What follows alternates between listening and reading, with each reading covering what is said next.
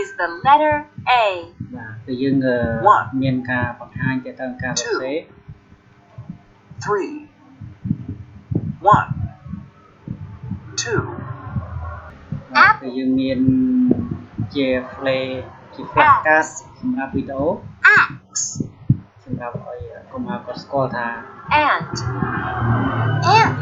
ចេះអានឬជាចេះ Alligator. ស្ដាប់សួស្តីបងប្អូនអរគ្នាតើតើកម្មវិធីសិក្សាភាសាអង់គ្លេសសម្រាប់កុមារគឺយើងមានសៀវភៅFord Phonetic Symbol គឺមានសៀវភៅគឺមានទាំងសុខបាទសម្រាប់កុមារគឺយើងមានទាំង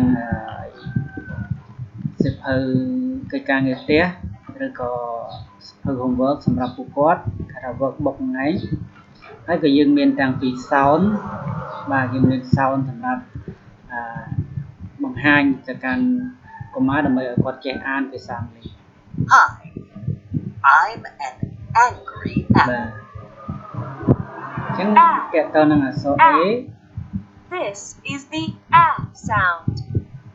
This is the letter A. This is the letter A. បាទគឺយើងមានការបង្ហាញទៅតាមការសរសេរ 3 1 2 A.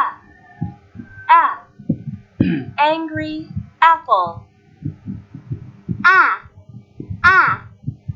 Angry sound apple. តើតើនឹង sound របស់ What's the beginning sound? អក្សរនីមួយៗ What letter is this? A. Apple. បាទគឺយើងមានជា flashcard សម្រាប់វីដេអូ Axe. សម្រាប់ឲ្យកុមារគាត់ស្គាល់ថា Ant. ចេះអានឬជាចេះ Alligator. ស្ដាប់ Alligator. Ant. Apple. បាទ Alligator. មានអញ្ Axe. ចឹង Ant. ហើយសៀវភៅ Apple. នេះដែរគឺមាន5ក្បាល5ភាគ Ant. Apple. Alligator. Axe. Ant. Apple.